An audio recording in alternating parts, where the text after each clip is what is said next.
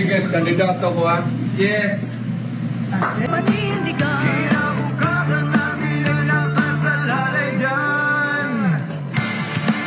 Magandang araw po sa ating lahat.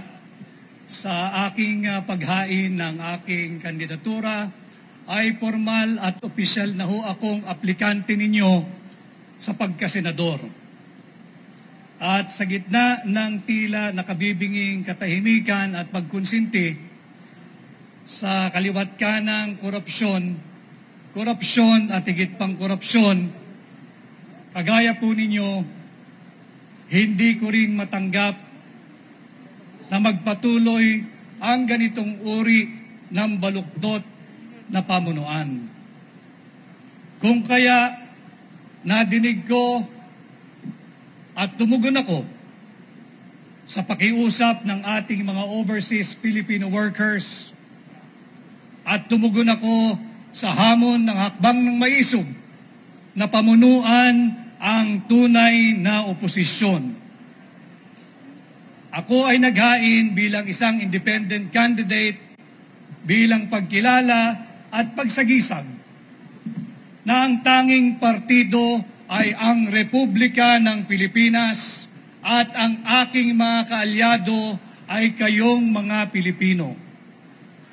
Ipagpapatuloy ko ang mga advokasya ng hakbang ng maisog, calling for transparency, accountability, peace and security in governance.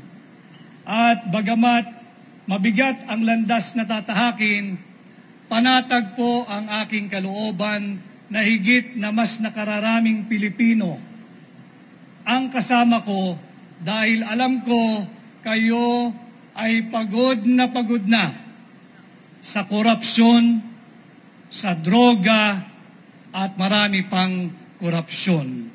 Kaya't halina, samahan po niyo ko tungo sa good governance and war on corruption. Let us not give up on our nation. Let us not give up on the Filipino people. Let's not give up on our fight against corruption. Thank you very much. Thank you, sir. Are there questions from the media? Yeah, go ahead. Inquiry.net, John.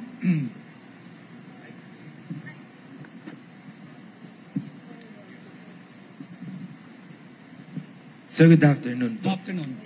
Sir, earlier I picked up you said that you represent the real opposition. The real ang tunay na oposisyon. As opposed to whom po, sir? Dahil wala na oposisyon. Maraming nagpo-post during na oposisyon and wala naman tunay na oposisyon. What about, sir, yung mga sa Liberal Party, sir? Do you consider them opposition or not? Do you? Do you?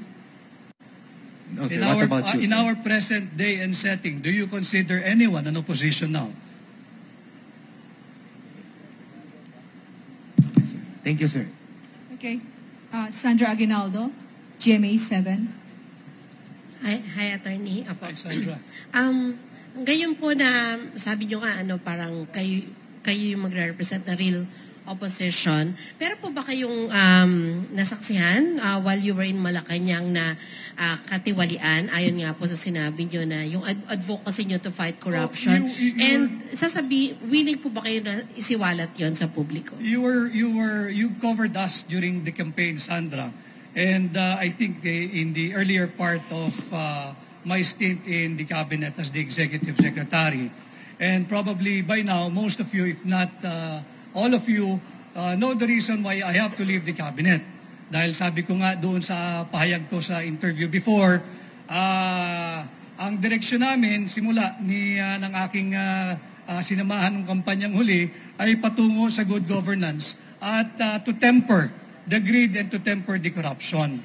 At nakita ko na kabaliktaran yung aking na-witness, Sandra, napakaraming counterflow at iba yung direksyon nila. Ayaw nila nung to temper the greed, to temper the corruption. At the second question, please. The other one. Sino po? Meron pa pong tanong? Yeah. Sherrian Torres, ABS-CBN. Good afternoon, sir. Hi. Attorney Vic, para lang ma-disabuse yung mind ng mga nakakita. Can you explain to us yung close fist post nyo kanina while you were presenting gano'n? Kasi that's very identifiable to the former president.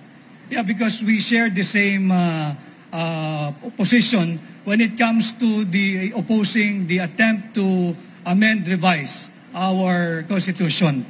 And as you know, magkasama kami ni Pangulong Duterte sa hakbang ng maisog at ang aming ang isinusulong ay ang isang gobyernong may transparency, accountability, peace, and security.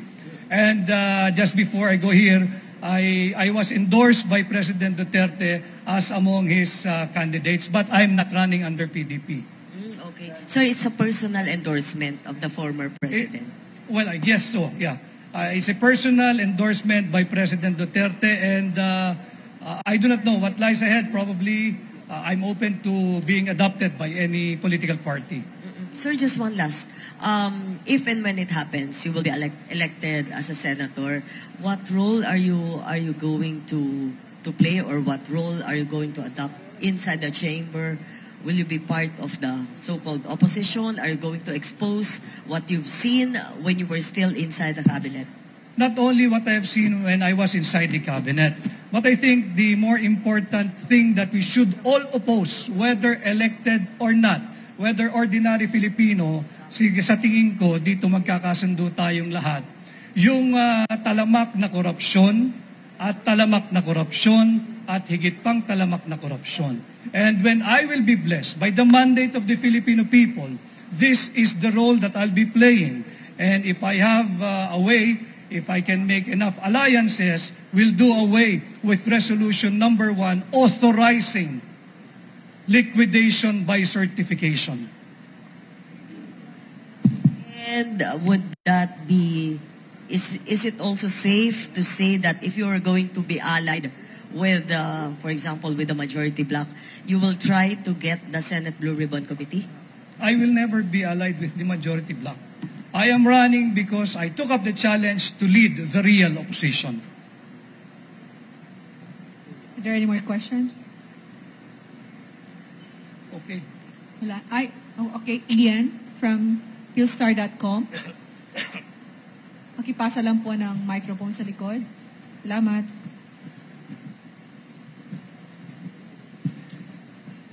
Attorney, to clarify lang, how would you define what you're saying na real opposition na magiging kayo, if ever?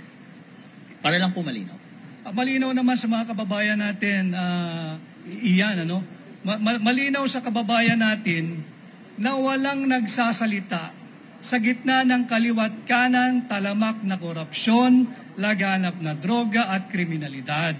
And I think all elective positions, lahat ng mga elective post at yung mga nahalal in the current Congress, whether Senate or House of Representatives, duty bound sila na pangalagaan ang interes ng Pilipino, hindi ng iisang partido, hindi ng kung sinong politiko, at higit sa lahat, hindi ang interes ng mga oligarko.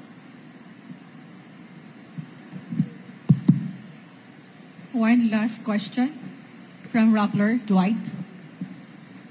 Sir, you say you're fighting corruption. What can you say lang to people who might get the impression that it might be contradictory kasi you're now allied with a former president whose administration was also plagued with allegations of corruption? And to follow na rin, anong masasabi nyo sa ongoing congressional investigation patungkol sa mga supposed anomalies na nangyari sa nakaraang administrasyon? Yung korupsyon, hindi yan inimbento ng kasalukuyang administration. Hindi rin yan inimbento ng administration ni Pangulong Duterte and the administrations before him. But ibang usapan na lalo mo pang palalain ang korupsyon sa iyong termino. As to your next question, what is mine? What is your view of the current congressional investigation that deals with the supposed anomalies that took place under the presidency of of Rodrigo Duterte? Let the axe fall where it may. And I think even President Duterte is very, very emphatic about it. If you have something against him, file it in the case within the jurisdiction of the Philippines. Ma'am, last question. Sir, last question lang. Ano po yung current relationship nyo with President Bongbong Marcos? When was the last time you talked?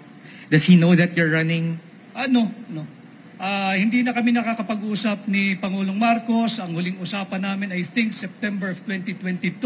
At hindi ko kinakailangan magpaalam kahit kaninong politiko sa aking desisyon na katawanin ang tunay na oposisyon at ang interes ng mamamayang Pilipino.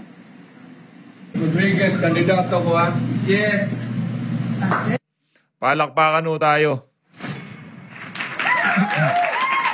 Dating Pangulong Rodrigo Duterte na ho mismo ang nagtaas sa kamay nitong si Attorney Vic Rodriguez. Kaya talagang susuportahan ho natin yan all the way itong si Attorney Vic Rodriguez. Congressman Rodante Marcoleta, balita ho natin, nandyan pa rin sa Manila Hotel itong si Kong Dante para sa pagtataas ng kamay nitong si dating Pangulong Rodrigo Duterte sa kanya. Hihintayin din ho natin yan.